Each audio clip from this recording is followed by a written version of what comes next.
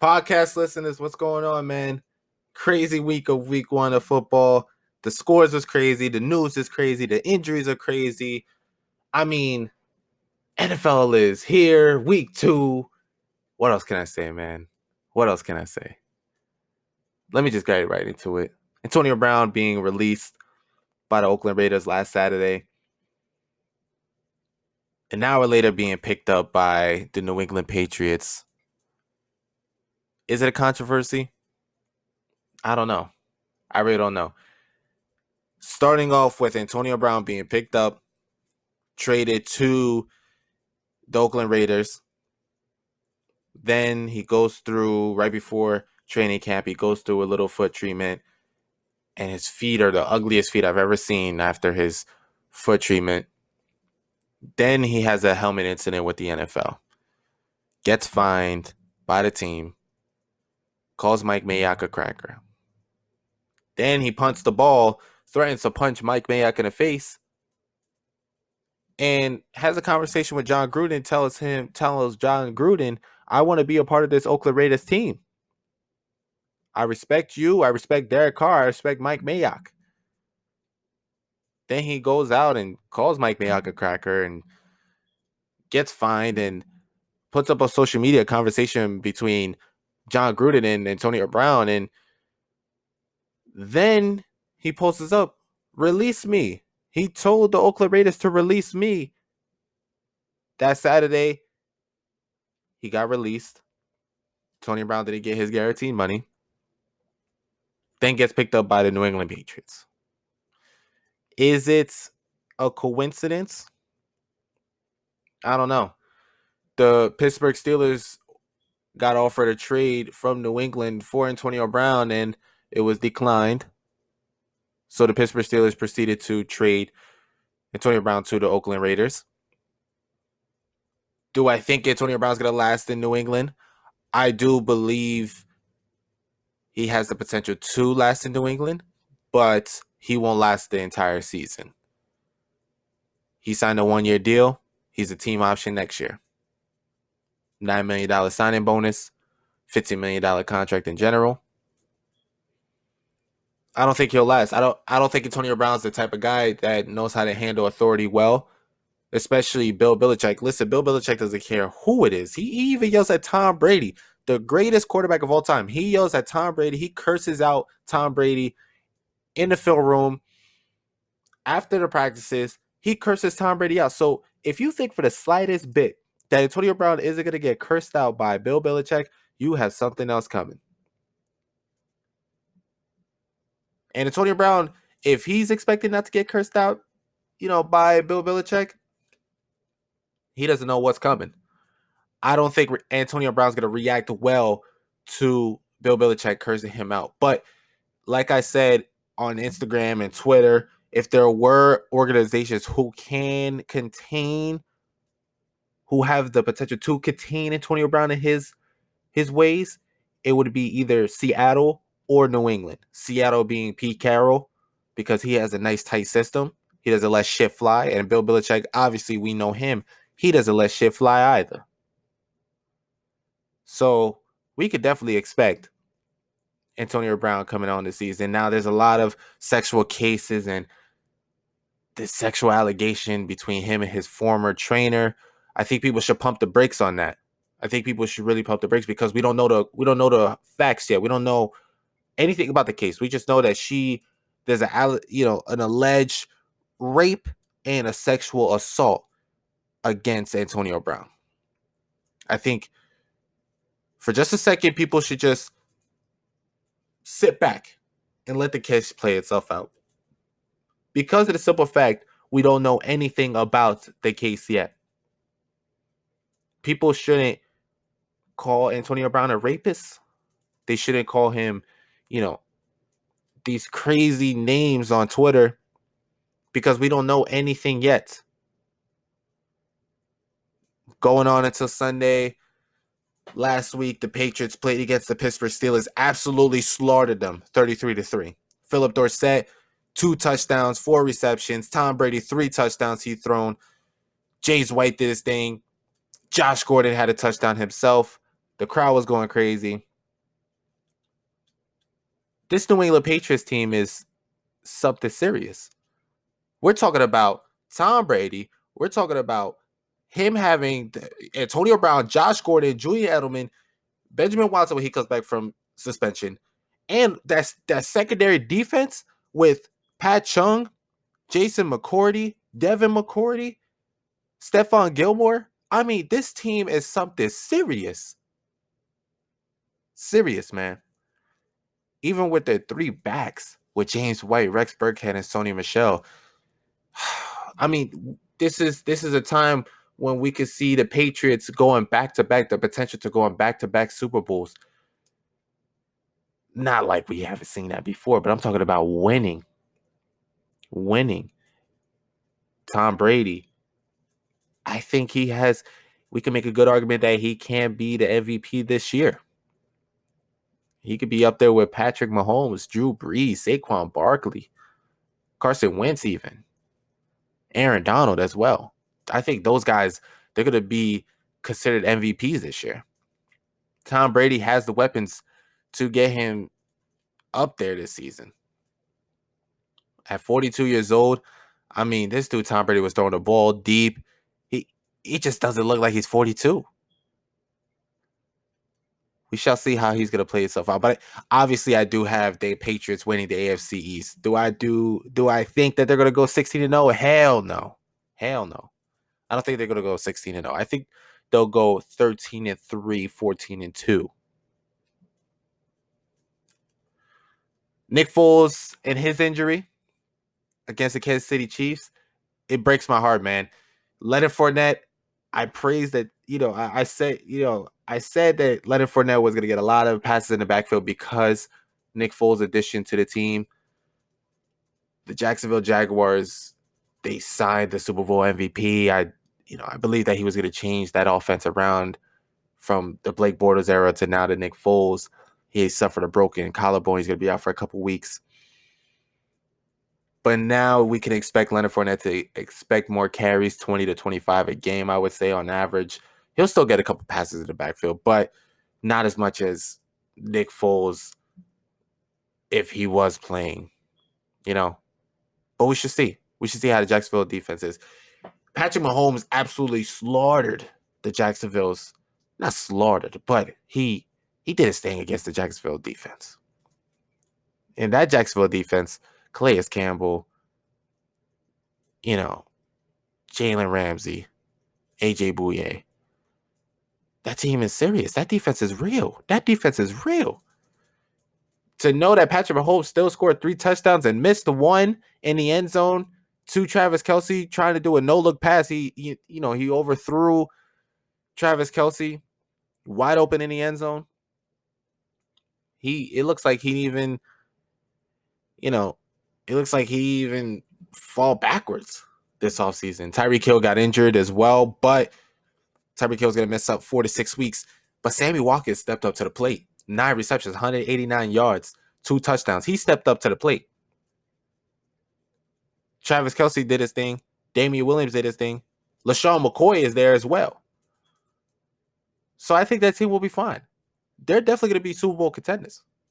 New England and Kansas City. I believe we're going to see a matchup this year again with those two. AFC, for sure.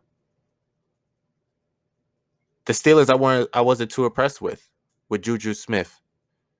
He had a couple of receptions. James Conner I was really disappointed in. With all the hype that he had last year to playing against this game, it just wasn't there for James Conner. Big Ben, he just couldn't figure out what to do against that defense. To only score 3 points is kind of upsetting. James Conner is supposed to be the guy who replaced Le'Veon Bell.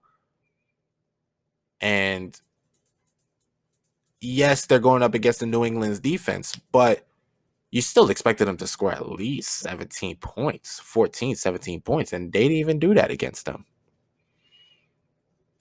But it's okay. Hopefully the Steelers figure it out. That defense is still looking a little funky, but they need to pick up that tempo.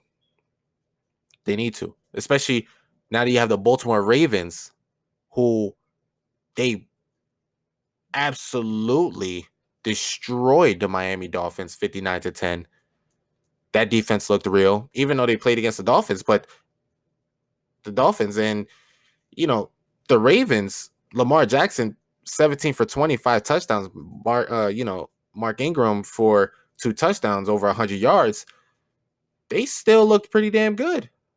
A lot of people are saying that they are going to be Super Bowl contenders. Now, my definition of Super Bowl contender, you have 6 teams that go into the playoffs. In my eyes, those 6 teams are considered, 6 teams from each conference. Those 6 teams for each conference are considered Super Bowl contenders because they have a shot of going to the Super Bowl. Now, if people, and I get what people are saying that they see the Baltimore Ravens going to the Super Bowl, but I don't think so. I think people should pump their brakes with that.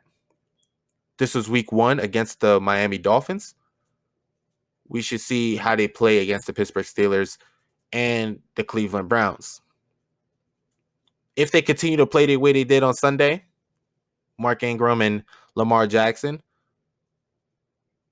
we can make a good argument that they could win the NFC North. But I still believe it's going to be a toss-up between the Baltimore Ravens and the Pittsburgh Steelers. I don't think the Cleveland Browns are going to win it. I don't think so. They played terrible. Baker Mayfield throwing 3 picks in the second half. They just didn't look like the team that everybody expected them to be. Now that OBJ came over, it was supposed to be a big thing, and he wore a $200,000 watch. If you ask me, I believe that he wore that $200,000 watch to cover how shitty they played on Sunday against the Tennessee Titans. Who knows? The argument can be, it's only week 1, Taylor. It's only week 1. Let's cut it out. But listen, if you have high expectations, you have to meet that. And they did not meet it at all. They haven't. And it was against the Titans team. The Cleveland Browns have to do better, especially when you have the 2 teams, Baltimore Ravens and the Pittsburgh Steelers. You have to do better. We'll see how they play against those 2 teams. Even the Cincinnati Bengals. Cincinnati Bengals put on a good fight against Seattle. So I can't even count out Cincinnati. I can't. That AFC North is going to be a battle, man. It's going to be a battle, for real, for real.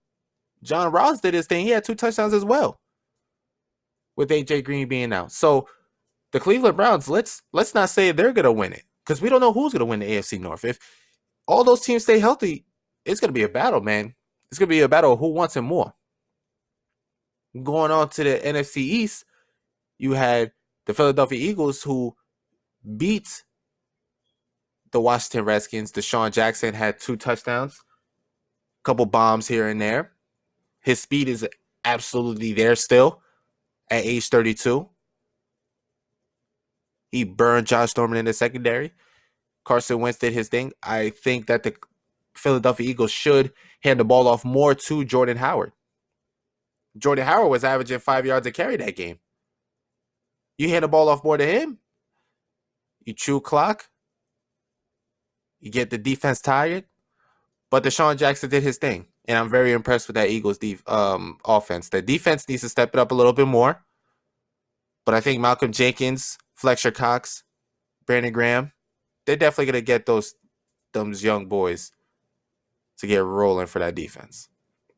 The Dallas Cowboys, we played against the New York Giants.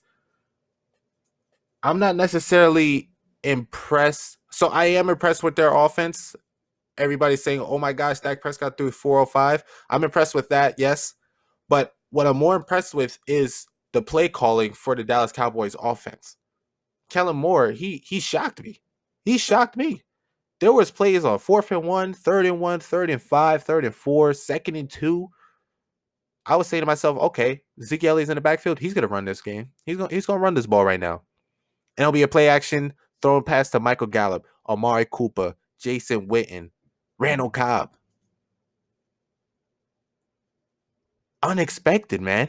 Unexpected. I wasn't even expecting that. I'm expecting Zeke Elliott to get the most carries. Going into the game plan was not to have Zeke Elliott carrying the ball as much. But there were still 31 situations. I was saying, all right, he's going to run this ball. But Dak Prescott did a play action. He looked good in the pocket. That line looks healthy with Travis Frederick coming back and Jason Wynn also blocking there as well, going out for passes too. I'm impressed with the Cowboys. And that defense looks good too. The defense played.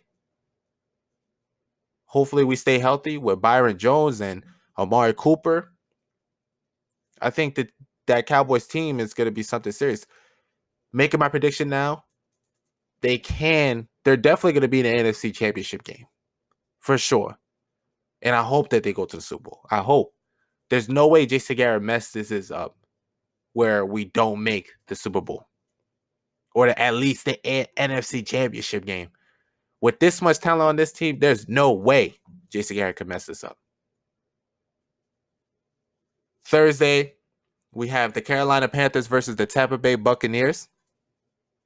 But before I get onto that, for my week 1 predictions, I went 12-4.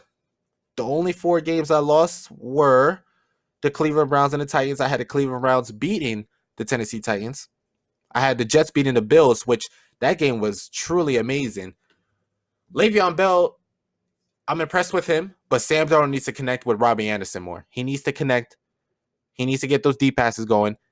Under 2 minutes, Sam Darnold threw the ball to Robbie Anderson, but just overthrew him by 5 yards. Had he connected that pass, they would have scored that touchdown. The Jets would have been up by 6 points. But Sam Darnold needs to connect with them. The defense took a couple hits for the Jets. But we can't say we don't know who's going to be the number 2 for the AFC East yet. I'm going to say the Buffalo Bills are making a good argument right now. That defense, I'm very impressed with the defense. And Josh Allen, I'm a big fan of Josh Allen, man. Big fan. So I believe the number 2 for the AFC East is definitely going to be between the Jets and the Bills. But my favorite's going to be the Bills right now. That defense is something real, man. Third game I lost was the Panthers against the Rams. I had the Panthers winning that game. Cam Newton looked like absolute... Not going to say he looked like crap, but he could have played better, man. Christian McCaffrey definitely carried that team, had 2 touchdowns, over 100 yards of scrimmage. Cam Newton just needs to step it up. He needs to step it up. And the fourth game, the Lions versus the Cardinals, which that ended up in a tie. And Kyler Murray, the first half, he wasn't looking good. But the second half, he came out confident, came out right. And he's good now. That fourth quarter, he stepped up, came back from, I believe, a 16-0 lead and led that team to the overtime. And they went up against the Detroit Lions, who that front four with, Mike Daniels and just crazy. And Trey Flowers. Just crazy. Kyler Murray threw a couple good passes in fourth quarter overtime. I thought they were going to win the game, but it's okay. It's okay. Kyler Murray's going to get his. He looked good, man. He looked good. But this Thursday, we have the Panthers versus the Bucks at Carolina. I think Cam Newton will step it up this game to beat the Buccaneers, a divisional rival. And they should win the game. They should. DJ Moore just needs to stop fumbling. Christian McCaffrey, keep doing your thing. And I see the Carolina Panthers winning this game. Luke Kuechly looked good as well. So we should see. We shall see. But, guys, thank you so much for listening. If you have any questions, listen, ask away. The top 5 questions I have, I'll answer on the next podcast. Okay? And also, predict the score for the Panthers and the Bucks games. I'm curious to see what you guys think of that game. Curious to see who you guys think are going to win. Huge shout out to all the Bucks fans and Carolina fans. Thursday night's going to be a good night, man. Hope you guys enjoy. See ya.